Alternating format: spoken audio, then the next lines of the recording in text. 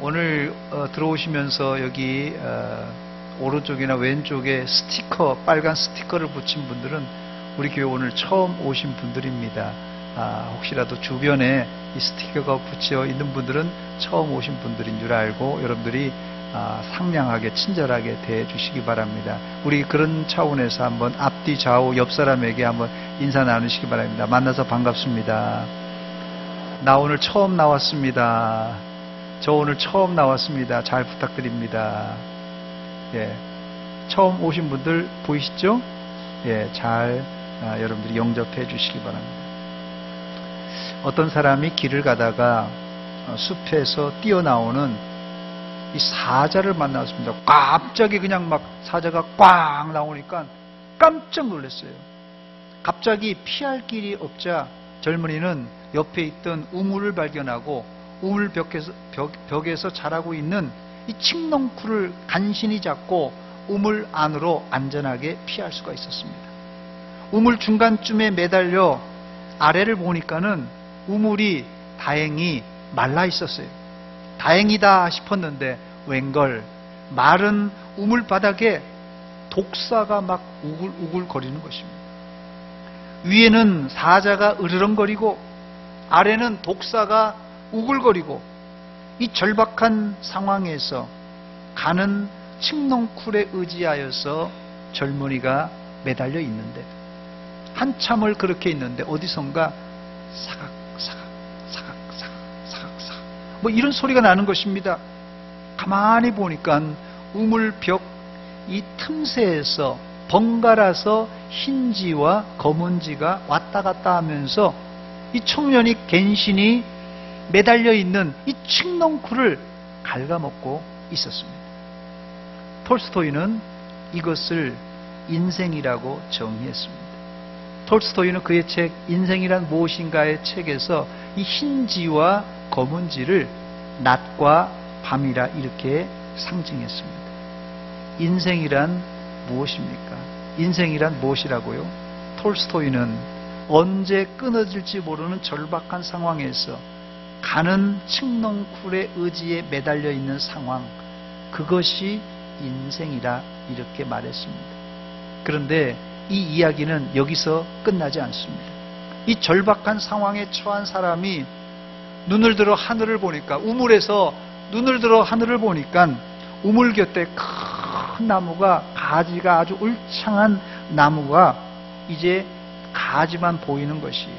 그런데 가지 높이 벌집이 매달려 있는데 벌집에 꿀이 넘쳐서 이 벌통에서 꿀이 뚝뚝뚝 떨어지는 것이 아닙니다.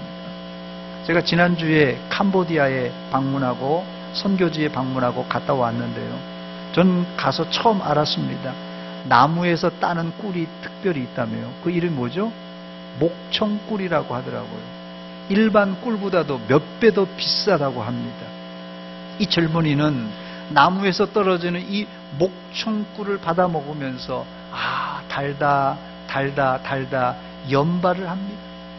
지금 자기 처지가 꿀이 달다고 감동할 때가 아닌데 이 청년은 꿀맛에 빠져서 자기가 사자에게 쫓겼는지도, 우물 안에 그 바닥에 독사가 우글거리는지도, 그리고 하얀지 검은지가 자기가 매달려 있는 칡넝쿨을 갉아먹고 있는지도 망각하고는 달콤한 꿀맛에 취해 달다고만 연발하고 있습니다. 톨스토이는 이러한 절박한 상황에서 꿀맛에 취해 사는 것이 인생이라고 묘사했습니다. 여러분들이 생각하는 인생이란 무엇입니까? 인생이란 뭐라 이렇게 물어보면 이 너무 철학적인 질문이고 너무 거창하니까 이것을 조금 단순화시킨다면 나는 누구인가? 나는 누구인가? 여러분들 한번 묻고 답해 보시기 바랍니다. 여러분들은 누구입니까? 이제 좀 답을 할 수 있을 것 같습니까? 좀 더 구체적으로 여러분들은 여러분 자신을 얼마나 알고 있습니까? 여러분들은 여러분 자신을 얼마나 알고 있어요?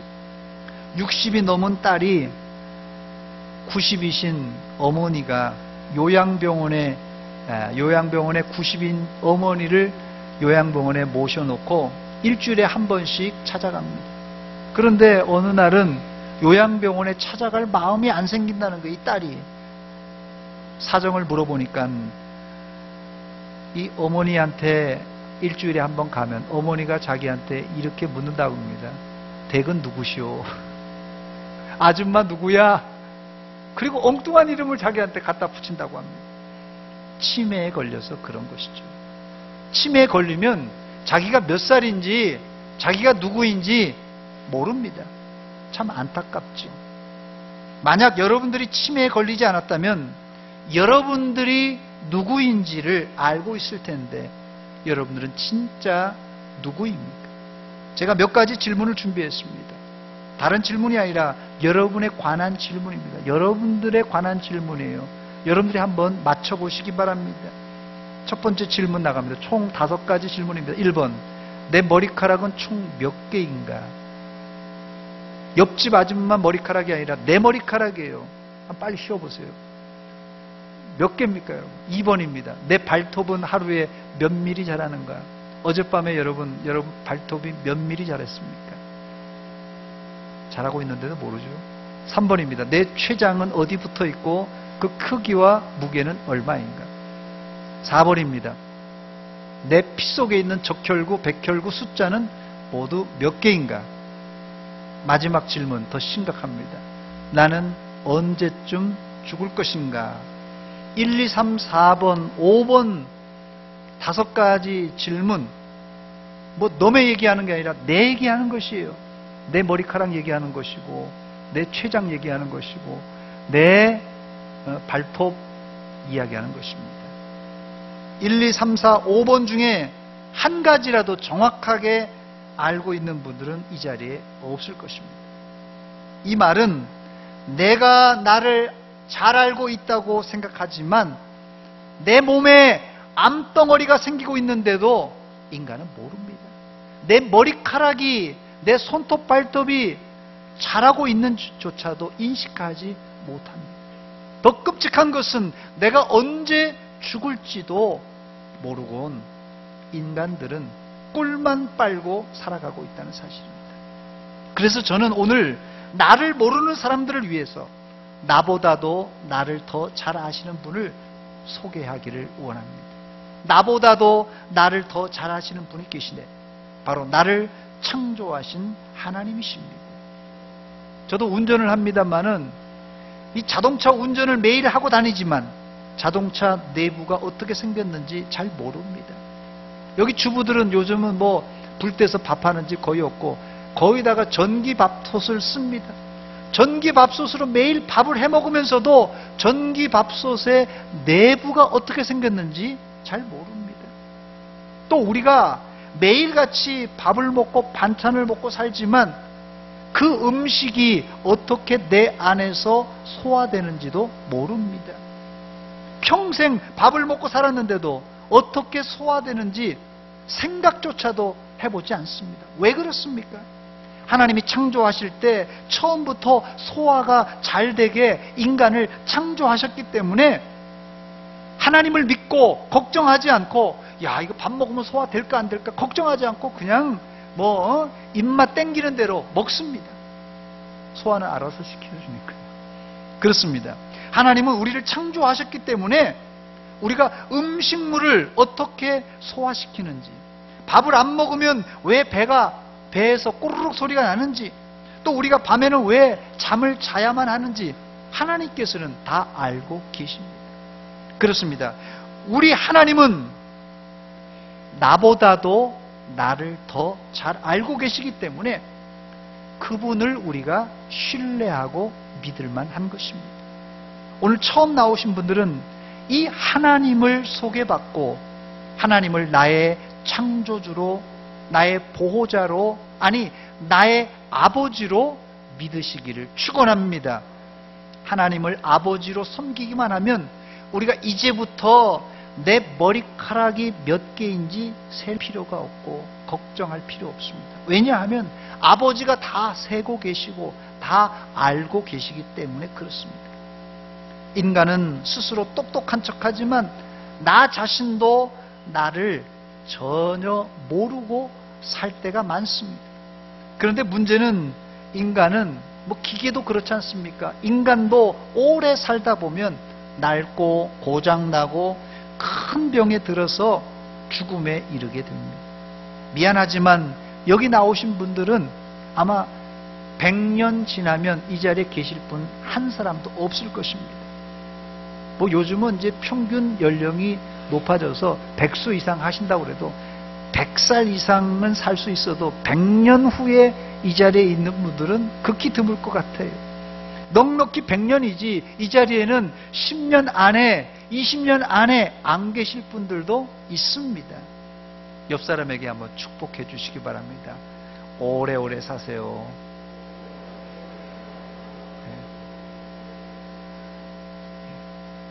100년 안에 죽는다고 해도 서운한 게 인간이에요. 나이 드신 분들을 늙으면 죽어야지 3대 거짓말인 줄 아시죠? 오래오래 사시기 바랍니다. 은퇴하신 분들은 연금을 준비하고 노후를 준비하는데 죽음 이후를 준비하시는 분들은 거의 없는 게 이 목사가 답답한 이유입니다. 앞으로 10년을 어떻게 살까 걱정하는데 죽음 이후에 1000년, 만년을 어떻게 살지를 걱정하지 않는다면 그게 인간의 큰 모순입니다. 행동경제학자로 알려진 독일의 비난트 폰 페테스토스트로프와 시빈이 쓴 사고의 오류란 책이 있습니다. 우리나라에서도 이 사고의 오류란 책이 번역이 됐는데 그 책에 보면 인간의 불합리한 50가지 사례를 설명하는데 인간은 똑똑한 척하지만 상당히 불합리한 선택을 하면서 사는 것이 다반사라는 것이 그 책의 주요 내용입니다. 예를 들면 이런 경우입니다. 정찰제가 실시되지 않는 이 전자상가에 한 사람이 TV를 사러 갔어요. 이 TV를 사러 갔는데 이 판매원들이, 노련한 판매원은 제일 먼저 그 가게에서 가장 비싸고 고급스러운 TV를 보여준다고 합니다. 이 TV를 사러 간 사람은 자기가 얼마 정도에 살 이 가격대를 생각하고 갔는데 자기가 생각했던 것보다도 훨씬 높은 가격대의 제품을 보고 나면 야, 멋있잖아요. 최신 제품이고 고가고 하니까 번쩍번쩍 자기가 생각했던 것보다도 더 멋있는 제품이에요. 그렇게 되면 이 TV 가격에 대한 혼란이 초래된다고 합니다. 살려고 한 사람이 내가 원래 가격대를 생각했는데 이 가격대가 혼란되는 거예요. 그래서 그 이후에는 판매원이 제시하는 가격, 자기가 처음에 생각했던 가격대보다도 훨씬 높지만은 비싸다고 생각을 안 한다고 합니다. 이것을 경제학에서는 닷 내리기 효과라고 합니다. 닷 내리기 효과. 반대로 닷 내리기 효과를 물건 사는 쪽에서 이용하면 아주 싼 가격에 살 수 있다고 합니다. 이럴 경우는 물건 사는 쪽에서 처음부터 물건 값을 그냥 확 후려치는 사람, 시장에 가서 이 협상을 잘하는 분들이 있더라고요. 저는 잘 깎지를 못하는데 어떤 분들은 그냥 막 말도 안 되는 가격으로 후려치니까 주인이 이제는 가격이 혼란이 일어나는 거예요. 그게 얼떨결에 팔게 되니까 이 싼 가격에 팔 수 있다고 합니다. 이게 닷 내리기 효과입니다. 이처럼 인간은 이성적이고 합리적인 것 같은데 자신이 처음 생각했던 예산보다도 실제로는 비싸게 사면서도 싸다고 생각하고 사오고 있다는 거예요.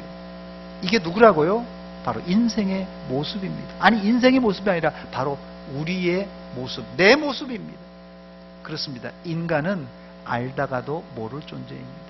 한번 옆 사람에게 얘기해 주시기 바랍니다. 알다가도 모를 존재입니다.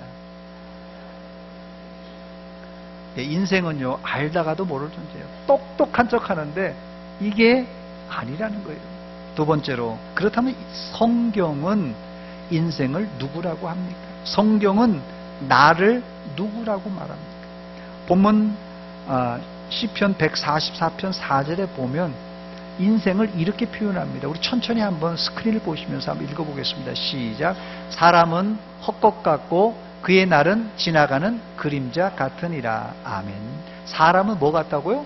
사람은 헛것 같고 지나가는 그림자와 같은 인생이라고 말합니다.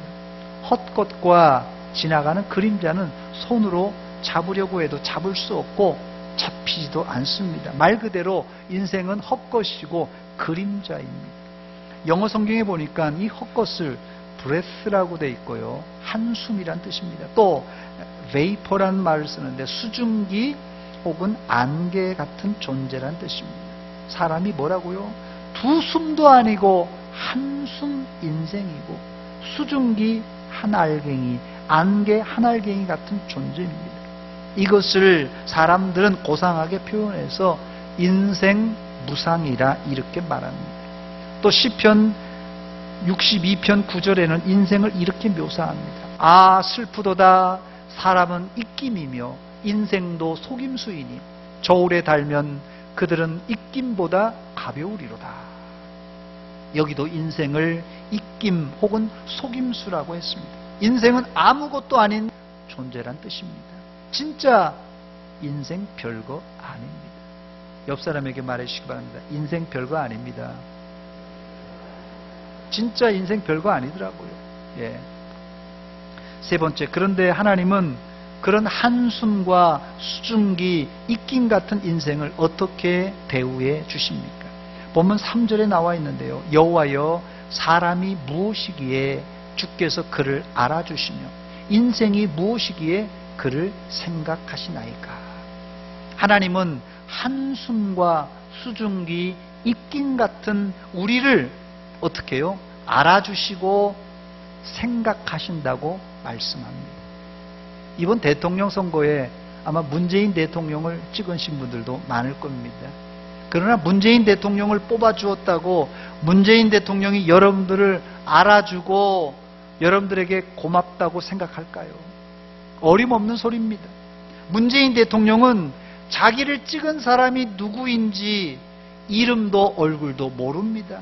생각조차도 안 합니다. 아니, 생각할 수도 없어요. 다 어떻게 생각할 수 있겠어요?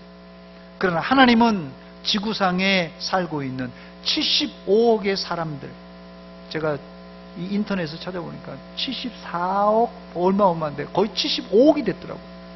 이 75억의 사람들을 일일이 알고 기억할 뿐 아니라 지속적으로 생각하고 또 생각하시는 인자하신 우리의 아버지이십니다.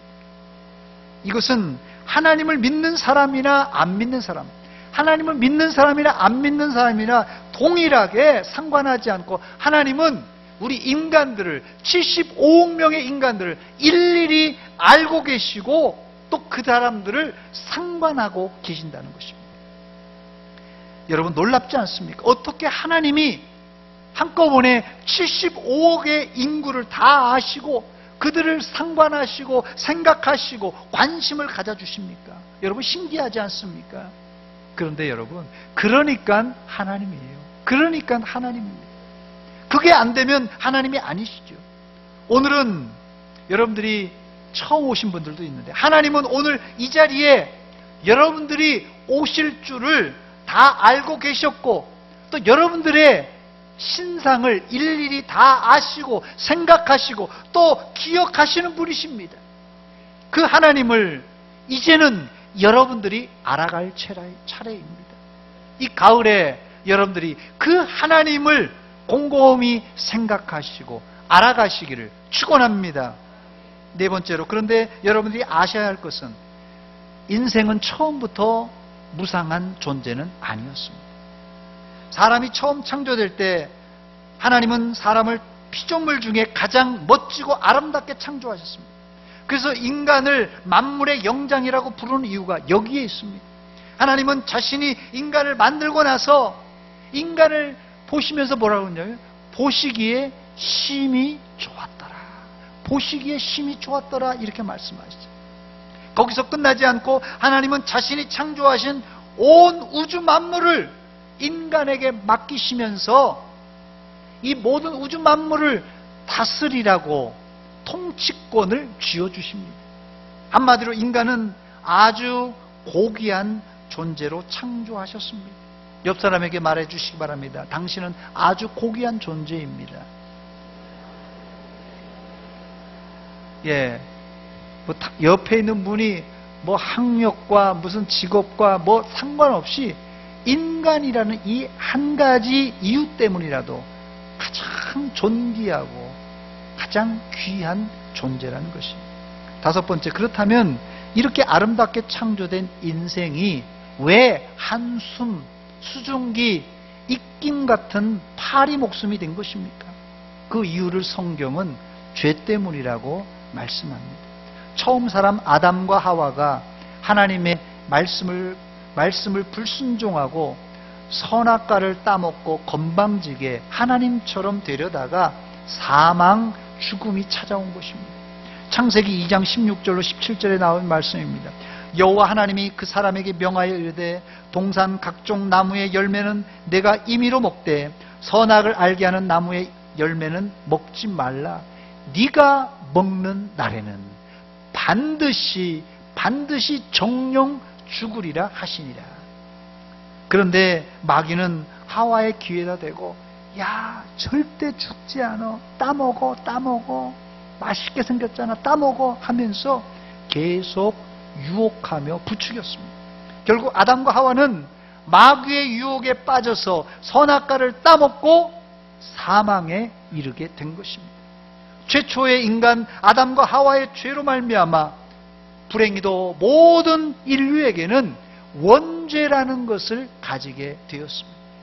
또 출생한 이후부터 자신이 짓는 이 죄, 자범죄라고 하는데 자신이 짓는 이 자범죄 때문에 인생은, 죄 지은 인생은 사망, 죽음에 이를 수밖에 없는 것입니다. 여러분, 인간이 죽는 이유는 늙어서 죽는 게 아닙니다. 병들어서 죽는 것이 아닙니다. 죄로 인한 심판, 죄의 대가로 죽는 것입니다. 여섯 번째, 그렇다면 여러분 잘 들으시기 바랍니다. 여기 복음이 있는데 인간의 철천지 원수와 같은 이 죄를 없애버리면 우리 모두는 죽지 않고 영생할 수가 있습니다. 사람들이 죽음의 원인을 모르고 안 죽으려고 산삼, 녹용, 홍삼, 불로초를 먹으며 오래 살 줄 알고 비싼 산삼을 먹는데 여러분, 불로초를 먹는다고 안 죽는 것이 아닙니다. 죄 지은 인생은 모두 다 죽을 수밖에 없습니다. 하나님은 이런 죽음의 덫에 빠진 인생이 불쌍해서 자신의 독생자 하나밖에 없는 아들 예수 그리스도를 우리를 위하여서 이 땅에 보내어 주셨습니다. 예수님은 아무 죄가 없지만은 우리 죄를 대신해서 우리의 원죄와 우리가 지은 자범죄를 대신해서 어디에요? 십자가에 달려 죽으셨습니다. 예수님이 십자가에 달려 죽으심으로 말미암아 우리의 주홍같이 붉은 죄가 흰눈같이 양털같이 희게 만들어 주셨습니다. 그 결과 예수님을 믿는 사람마다 죄 때문에 지옥 가지 않고 이제 하나님의 나라 천국에 들어갈 소망이 생긴 것입니다. 이런 소식을 성경은 복된 소식, 굿뉴스, 복음이라고 부릅니다. 이제까지 여러분들에게 무엇이 복음이었습니까? 야, 저 세종시에 땅값 올라간다. 땅 사라. 아파트 올라간다. 아파트 사라. 어디에 좋은 사우나가 있다. 한번 가보자. 야, 대전에 맛집이 여기저기 있다는데 한번 맛 좀 보러 가자. 이런 게 여러분 좋은 소식 아니었겠습니까? 이제까지. 이렇게 세상에 달콤한 꿀맛만 빨고 살면 우리 모두는 허무한 인생으로 살다가 허무하게 죽을 수밖에 없습니다. 그러나 예수 믿는 자에게는 죽음 이후에 영생, 영원한 삶이 보장되어 있습니다. 이 굿뉴스, 복음을 듣고 믿음으로 구원받아 천국에 들어가시기를 주의 이름으로 축원합니다. 이제 계신 분들은 한 사람도 빠짐없이 천국에서 만나기를 소원합니다.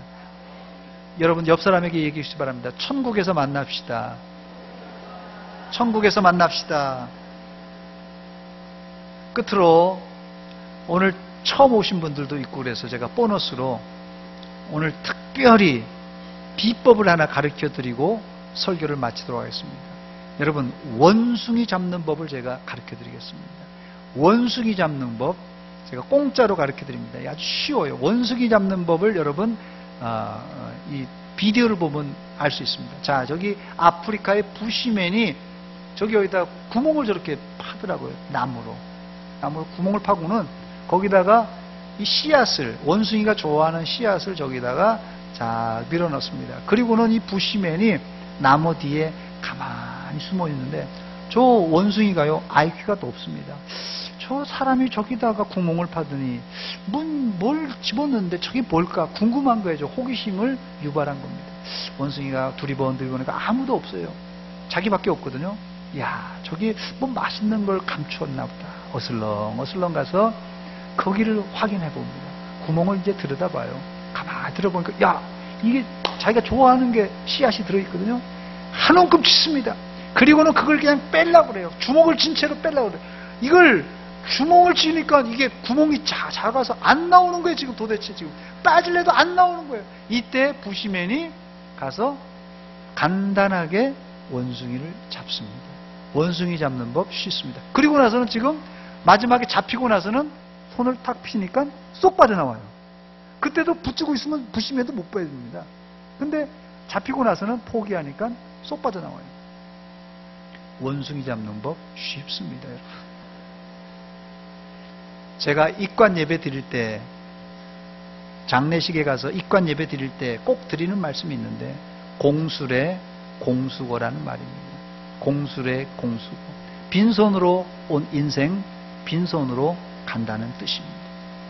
그런데 여러분 지금 너무 많은 것을 손에 쥐고 있지 않습니까? 요즘 못 먹어서 영양실조로 죽는 사람보다 영양 과다로 비만으로 죽는 사람이 더 많다고 합니다. 이 시간 여러분 오른손을 한번 펴보시기 바랍니다. 한번 오른손 한번 펴보세요. 여러분 손바닥 한번 보시기 바랍니다. 여러분 손바닥 한번 보세요. 여러분들이 올 때, 어머니 뱃속에서 올 때 이렇게 빈손 가지고 온 인생입니다. 그런데 지금 여러분 손에는 너무 많은 것을 쥐고 있지 않습니까? 지금 움켜쥐고 있는 것을 다 내려놓으시기 바랍니다. 세상의 것, 내 것 같지만 그거 움켜쥐고 있으면 원숭이처럼 저 붙잡혀 가고 마는 거예요. 마귀가 붙들고 왔는데도 그거 끝까지 붙들고 있다가 지옥 가는 겁니다, 여러분. 내가 쥐고 있는 것을 놓을 때, 예수님을 믿을 때, 그때 여러분에게는 하늘나라 천국을 하나님께서 여러분 손에 쥐어줄 줄 믿습니다. 여러분들은 예수 믿음으로 천국, 하나님의 나라를 이 땅에서도 손에 쥘 수 있어요. 제가 말씀드렸지 않습니까? 원숭이 잡는 거 쉽습니다, 여러분. 여러분, 천국 가는 게 어려운 게 아닙니다. 천국 가는 건요, 우리 손에 있는 거 다 내려놓을 때 하나님께서 거기에다가 천국을 쥐어주시는 거예요. 믿음으로 다 펼쳐낼 때 천국을 우리에게 쥐어주십니다. 천국 가는 거 어렵지 않습니다. 쉽습니다. 여러분의 손에 있는 거 펼치고 하나님을 움켜잡으세요. 예수님을 움켜잡으세요. 천국으로 인도하실 줄 믿습니다.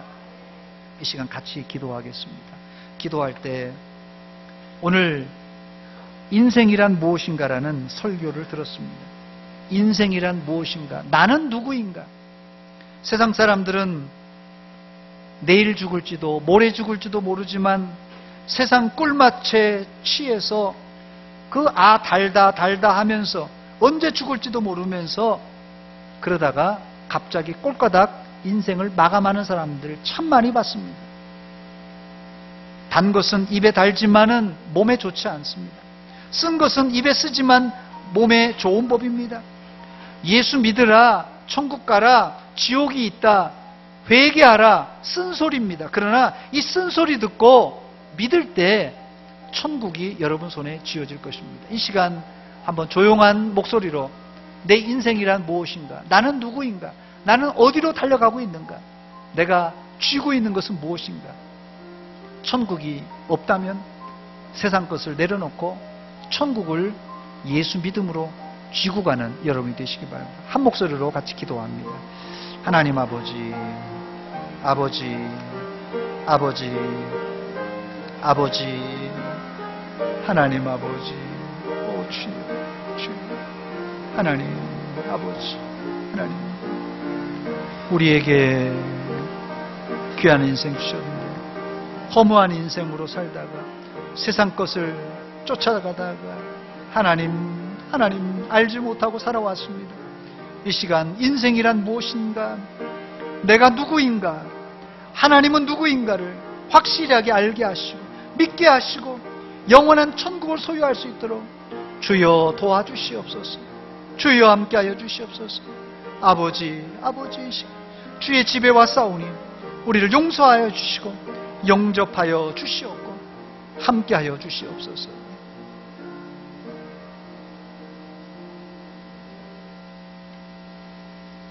하나님 아버지, 은혜와 사랑 감사드립니다.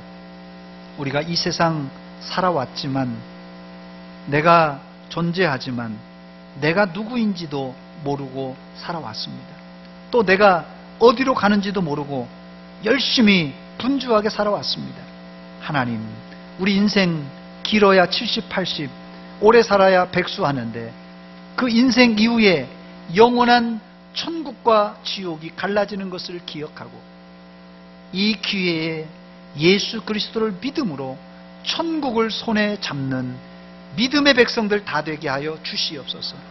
이제까지 세상의 것, 세상의 꿀맛에 취해서 천국의 존재를 잊고 살았습니다. 하나님의 존재를 잊고 살았습니다. 탕자가 회개하고 돌아올 때 아버지가 넓은 품으로 안아주었던 것처럼 세상에서 방황하던 저희들 왔습니다. 하나님의 넓은 품으로 우리를 안아주시고 영접하여 주시사 천국까지 인도하여 주시옵소서. 예수님의 이름으로 기도하옵나이다. 아멘.